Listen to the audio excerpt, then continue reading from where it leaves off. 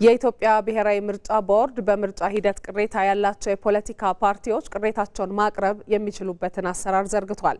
ቅሬታ ለሚኖራቸው የፖለቲካ ፓርቲዎች ምላሽ የሚሰጡ የቅሬታ ሰሚ ክፍሎችም በየደረጃው ተቋቁመዋል። ዋለልኝ ታምር ዝርዝር አለው። የምርጫ ሂደት ሰላማዊ አሳታፊና ዲሞክራሲያዊ መሆኑ ከሚረጋገጥባቸው ጉዳዮች መካከል ቅሬታዎች የሚቀርቡበት ስርዓት መኖር አንዱ ነው። በምርጫው የድምፅ ውጤትን በጸጋ መቀበል ዲሞክራሲያዊ ስልጣኔን የሚያሳይ ነው። መጨረሻ ተጠናቆ ሲመጣ ብሔራዊ ምርጫ ቦርድ የሚገልጸውን ድምፅ ጠብቀን እሱን በጸጋ መቀበል፣ ችግሮች ካሉን ደግሞ በህግ አኳያ እስከ ፍርድ ቤት ድረስ መሄድ፣ የፍርድ ቤትን ውሳኔ የህግ የበላይነት ማክበር፣ እሱን ማድረግ ስናደርግ የተሻለ ዲሞክራሲ አለ። ብዙ ሀገሮች ከኛ ልምድ ይወስዳሉ።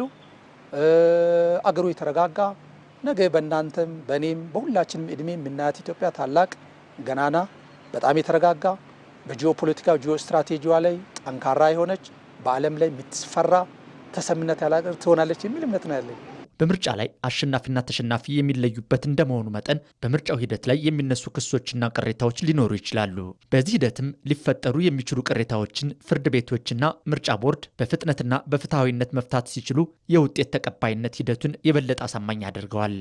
የፖለቲካ ፓርቲዎችም በግልም እንደ ፓርቲም ቅሬታዎች ካሉ እዛ ከምርጫ ጣቢያ ጀምሮ እስከ ከፍተኛው ብሔራዊ ምርጫ ቦርድ ድረስ ከዛም አልፎ ፍርድ ቤት ድረስ የሚያስኬድ የተዘረጋ ስርዓት አለና ያን የመጠቀም እድል አለ።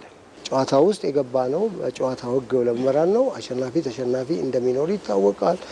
ከተሸነፍን ለሚቀጥለው ጊዜ እንዘጋጃለን። ቅሬታ ካለን ግን ቅሬታችንን ይዘው ወደ ቤት እንሂድ እያልን አይደለም። ቅሬታችንን በህግ በተቀመጠው ስርዓት በኩል በዚያ አማካኝነት እንሂድ ነው። በኢትዮጵያ የምርጫ ህግ መሰረት የፖለቲካ ፓርቲዎች በምርጫ ሂደት ላይ የሚነሱ ቅሬታዎችን የሚያቀርቡበት ስርዓት በተለያየ ደረጃዎች የተዋቀረ ነው።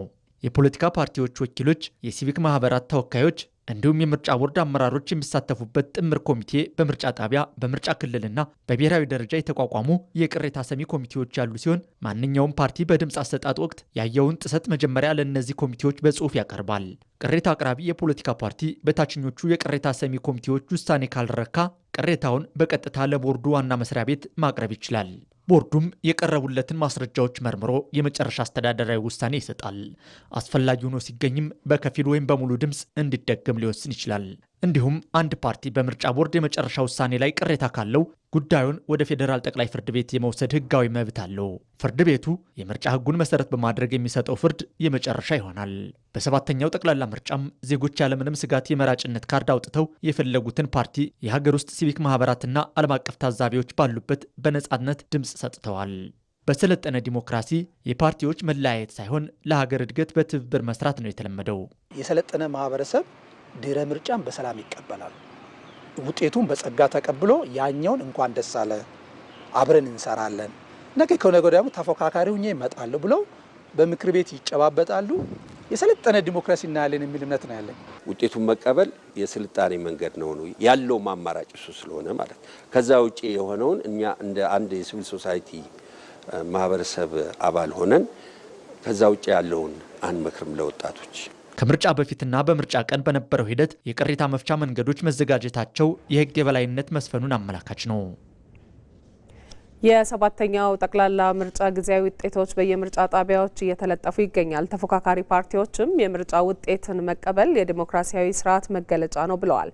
ተፎካካሪ ፓርቲዎች ለሀገር ግንባታ በጋራ ለመስራት ያላቸውን ቁርጠኝነትም እያሳዩ ነው። ቅድስት ማሞ ሰባተኛው ጠቅላላ ምርጫ ተካሂዷል። በምርጫው በፖለቲካ ፓርቲና በግል በመወዳደር ለቀጣዩ 5 ዓመታት ሀገሪቱን ለማስተዳደር የሚያበቃቸውን ፉክክር ሲያደርጉም ቆይተዋል። አሁን ላይ በምርጫ ጣቢያዎች ውጤት እየተገለጸ ይገኛል። ዜጎች በምርጫው በነቂስ ወጥተው እንደተሳተፉ ሁሉ ተፎካካሪ የፖለቲካ ፓርቲዎችም የምርጫውን ውጤት አቀባበል አንዱ የዲሞክራሲያዊነት መገለጫ ነው። ተፎካካሪ የፖለቲካ ፓርቲዎች ለሀገር ግንባታ፣ ለሰላማዊ የፖለቲካ እንቅስቃሴ መኖር ሲሰሩ ቆይተዋል። በምርጫው ሀገር የምታሸንፍ በመሆኑም ውጤቱን በጸጋ ተቀብለው ለሀገር ግንባታ በጋራ መስራታቸውም ከኢትዮጵያዊነታቸው የሚመነጭ ነው። የምታሸንፏ ሀገራችን ኢትዮጵያ ናት። ፓርቲዎች ግለሰቦች ናቸው። ፓርቲ ይመጣል ይሄዳል። በዚህ ሂደት ውስጥ በሀገር ግንባታ ውስጥ አስተዋጽኦ የሚያደርግ ማን ናቸው ድጋፍ እናደርጋለን። ይሄ የማሸነፍና የመሸነፍ ጉዳይ ብቻ ሳይሆን በሀገር ግንባታ ውስጥ የራስን አስተዋጽኦ እንደማድረግ ሁሉ የመጣውን ሁሉ በጸጋ እንቀበላለን። አክብረንም ውጤታችንን አክብረንም እንቀበላለን። ላሸነፈውም እንኳን ደስ አለህ እንላለን። ውጤቱ እንግዲህ መራጩ የመረጠውን የግድ ድምጽ ይከበራል። በእኛ ፓርቲ አስተሳሰብም ቢሆን እኛ የህዝብን ድምጽ እናከብራለን። ውጤቱ እንግዲህ ህዝብ የመረጠው ወይንም መራጭ የመረጠውን እስከሆነ ድረስ በጸጋ እንቀበላለን። ምክንያቱም እስካሁን ድረስ ያየናቸው ሂደቶች የመጣናቸው ሂደቶች ጥሩ ናቸው። ዲሞክራሲ መገለጫው ሉዓላዊ ወይም ደግሞ የድምጹ ወይም ደግሞ የስልጣን ባለቤት ህዝብ ነው። ህዝብ የመረጠውን እኛም እንቀበላለን። ያልሰራናቸው ነገሮች ሊኖሩ ይችላሉ፣ ያጎደልናቸው ነገሮች ሊኖሩ ይችላሉ። በዚያ አግባብ ደግሞ ድምጽ ላናገኝ እንችላለን። ህዝቡ ሰልጥኖ ዘምኖ ውጤቱን አስቀምጧል። ውጤቱን በጸጋ ተቀብለን ደግሞ በጋራ ህዝባችንንም ከችግር ውስጥ የምናወጣበት አገራችን ትላልቅ ጥያቄዎች ጠይቃለች። እሱን በጋራ የምናሳካበት መንገድ ላይ ርብርብ እናደርጋለን የሚል ጽኑ እምነት ነው ያለን። እንደ ፓርቲ ውጤቱ ምንም ይሁን ምንም በጸጋ እንቀበላለን። የፌዴሪ ጠቅላይ ሚኒስትርና የብልጽግና ፓርቲ ፕሬዝዳንት አብይ አህመድ ለምርጫ በተወዳደሩበት የበሻሻ የምርጫ ጣቢያ በተገኙበት ወቅት ቀጣዮቹ 5 ዓመታት ለበለጠ የሀገር እድገት መስራት የሚጠበቅበት ወቅት መሆኑን አስታውሰው የምርጫውን ውጤት በጸጋ ለመቀበል ዝግጁ መሆናቸውን አረጋግጠዋል። ይህ 5 ዓመት የኢትዮጵያ በርካታ የታሪክ ጥፋት የሚታይበት 5 ዓመት ነው።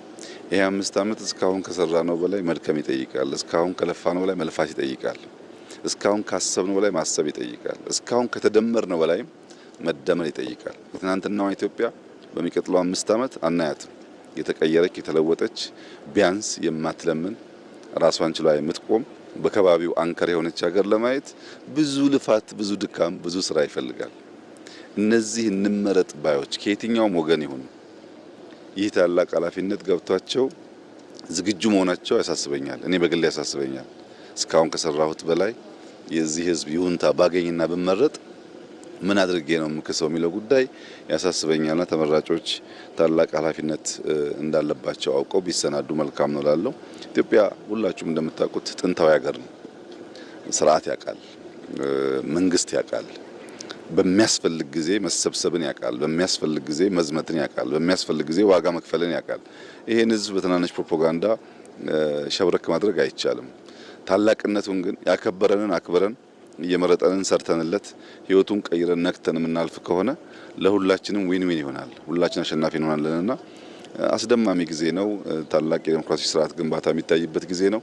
ይሄ ጉዳይ ተጠናክሮ እንዲቀጥል ሁላችን እንድንበረታ፣ ያሸነፉ በታማኝነት እንዲያገለግሉ፣ የተሸነፉ ደግሞ በጸጋ ውጤቱ እንዲቀበሉ ማሳሰብ ፈልጋለሁ። በዚህ ቦታ የሚመጣውን ውጤት በጸጋ ለመቀበል በእኛ በኩል ዝግጁ ነን። ህዝቡ ላደረገው አጠቃላይ ተጋድሎ እና ጀግንነት ከፍተኛ ምስጋና ማቅረብ ፈልጋለሁ። ህዝቡ በሰባተኛው ጠቅላላ ምርጫ ያሳየው ንቁ ተሳትፎ ይበጀኛል የሚለውን ጠንካራ ሀገረ መንግስት ለመመስረት ያለውን ጽኑ ፍላጎት ያሳያል አሉ የአሶሳ ከተማ ነዋሪዎች። የሚመሰረተው መንግስትም የህዝቡን ቁልፍ ችግሮች በመለየት ሊሰራ ይገባል ብለዋል። ጀማል አህመድ የነዋሪዎቹን አስተያየት አሰባስቧል። ባለፈው የነበረው የምርጫ ሂደት እጅግ በጣም ዲሞክራሲያዊና ፍትሃዊ ታማኒ የሆነ ምርጫ ነበረ። አክቹአሊ የነበረው ያው እኔም እንደማንኛውም ዜጋ እኔም ተሰልፌ መርጫለሁ። ግን ያው ሁሉ ዝናብ ውስጥ ሆኖ ሰው ሲመርጥ ያንን ማለት የፈለጉትን ፓርቲ አትሊስት የተጀመሩትን ልማቶችንም ሰላሙንም እንዲያስቀጥልለት ከመፈለግ አንጻር ነው ያ ሁሉ ህዝቡ እንደዛ የተሰለፈው ማለት ነው።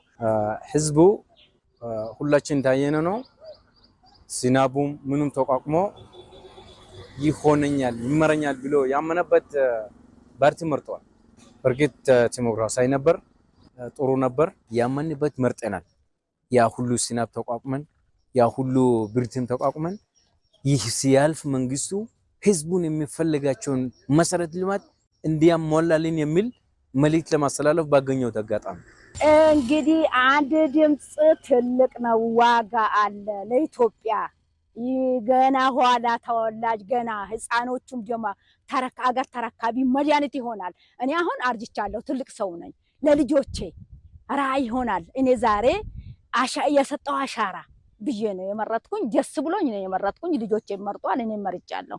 የተመረጠ መንግስት ይሄንን አደራ የተረከበ ዛሬ ተመርጦ ያለፈ ሰው መንግስት አደራ ተረክቦ ሁላችንም ያስተዳድረናል፣ ለሀገርም ይበጃል፣ ለልማትም፣ ለምንም፣ ለኮሪደርም፣ በምንም ለሁሉም አበጂ ነው ይሰራል ብለን አምነን ነው የመረጥነው። እነሱም ደግሞ እንዲሰሩልን ይሰራሉ ብለን አምነን ነው የመረጥነው። የተጀመሩ ወይም የተሰሩ ያሉ ልማቶች የተጀመሩ ልማቶች እንዲቀጥሉ ከማድረግ አንፃር ከማስቀጠል አንፃር የሚል ግንዛቤ ራዚ ግንዛቤ ነው ነይ ኖርማሊ ያስኩት ካየሁት አንፃር ማለት ነው። በምርጫ የታየው የህዝብ ተሳትፎ ለዲሞክራሲ ስርዓት ግንባታ የህዝቡ ቁርጠኝነት የታየበት መሆኑን የሐዋሳ ከተማ ነዋሪዎች ተናገሩ። ለሀገረ መንግስት ግንባታ የዜጎች ንቁ ተሳትፎ የሚያስፈልግ በመሆኑ ዜጎች በሀገራዊ ጉዳዮች ላይ የሚኖራቸው ተሳትፎ ሊጠናከር እንደሚገባም አመላክተዋል። ሚካኤል ገዙ አስተያየቶቻቸውን አሰባስቧል። ለምርጫ ተሳተፍኩት እኔ ሀገሬ ጠንካራ እንዲሆን፣ ሰላም እንዲኖር፣ አገሪቷ ጥሩ ደረጃ ጥሩ ነገር እንዲገኝ፣ አገሪቷ ላይ ጥሩ ነገር እንድንገኝ፣ ጥሩ ነገር ተሰርቶ እኛም አይተን እንድንደሰት ለዛ ነው የተመረጠ ነው። የሰው ኮሚትመንት በጣም የሚገርም ነው። እኔ ራሴ ወጥቼ የመረጥኩት አካባቢ ሰው ደከመኝ ሳይል ሰለቸኝ ሳይል ቆሞ ፀሐይ ነው ሳይል ቆሞ በጣም ትላልቅ ሰዎች ቆሞ እስከ 12 ሰዓት ቆሞ የመረጠበት ሁኔታ ነው ያለውና ይሄ ዲሞክራሲ ለማስፋት ካለው ጉጉት አንጻር ነው ወጥቶ ማንም ሰው ሳያስገድደው ማንም ሰው ሳያስጨንቀው በራሱ ተነሳሽነት ወጥቶ የመረጠበት ሁኔታ ነው ያለውና በጣም ደስ የሚል ነገር ነበር። አንድ ግለሰብ ዲሞክራሲያዊ የሆነውን ምርጫ መርጦ የራሱ የሆነውን መርጦ ቀጣይ ለሀገር ለዲሞክራሲ ግንባታ ያለውን ሚና መወጣቱን ነው የሚያሳየውና ከሱ የሚጠበቀውን ነገር አድርጎ ለሀገሩ ሰላም ያደረገውን አስተዋጽኦ ነው የሚያሳየው ብዬ ነው የማስበው። ንቁ ተሳትፎ ለሀገር ግንባታ ትልቅ ሚና አለው ብዬ አስባለሁ። ምክንያቱም ህዝባችን ያን ያክል በጉጉት ወጥቶ ሳይሰለቹ መቆማቸው ሳይሰለች እንደገና ደግሞ ረጅም ሰልፍ ነበረ። ያን ደግሞ ተቋቁሞ ዝናብ ነው ሳይሉ ፀሐይ ነው ሳይሉ እስከ ምሽት ድረስ ጧት 12 ሰዓት ወጥቶ እስከ ምሽቱ 6 ሰዓት ድረስ መቆሙ ትልቅ ህዝብ በዚህ በዲሞክራሲ መንገድ ምርጫ ማድረግ ፍላጎት እንዳለው የሚያሳይ ነገር ስለሆነ በጣም ልዩ ያደርጋል ብዬ አስባለሁ። ለሚመረጠው ፓርቲ ለሚመረጠው መንግስት ለቀጣይ ትልቅ ያው የቤት ስራ ኃላፊነት እንደሰጠ ነው የሚያሳየው ነገር ነው ያለ። ሌላው ደግሞ ምንድነው ምርጫው በዚህ አመት 7ኛው ምርጫ በኢትዮጵያ ደረጃ የተካሄደው ፍትሃዊ፣ ሰላማዊ፣ ዲሞክራሲያዊ ሰዎች ደስ ብሏቸው የመረጡት ነው። ሰው በስልጣን የሚይዘው ከዚህ በፊት በጠመንጃ በተለያየ መንገድ ነው። አሁን ግን ዲሞክራሲን የሚለማመዱበት መንገድ ተፈጥሯል ብዬ አስባለሁ። ብዙ ሰዎች ስለተሳተፉ አካለ ጉዳተኞች፣ ሽማግሌዎች እንደገና ደግሞ ሙሽሮች ራሱ የተሳተፉበት ሚዲያ ላይ ያየን ይሄ ልዩ የሚያደርግ ለኢትዮጵያ ሀገር ግንባታ ለሌሎችም ለዓለም ሀገር ራሱ ምሳሌ የሚሆን መንገድ ነው። አገር ማለት እንግዲህ እናት እንደ እናትም ከዚህ በላይ ያለ ከአገር በላይ ያለ ብዙ ነገር የለም። ነገር ግን ይሄ ሁሉ ነገር አምሮ ሰላም ሰፍኖ ዜጋው ሰርቶ መለወጥ አገራችን ለምልማ ሌሎች ወደዚህ መጥቶ እናልማ እያሉ እንጎብኛት እያሉ የሚመኙትን ጥሩ የሆነ ዲሞክራሲያዊ ሰፍኖ ሰላም ሰፍኖ ልማት ሰፍኖ ጥሩ ነገር ለማየት ነው እኔ የምመኘው።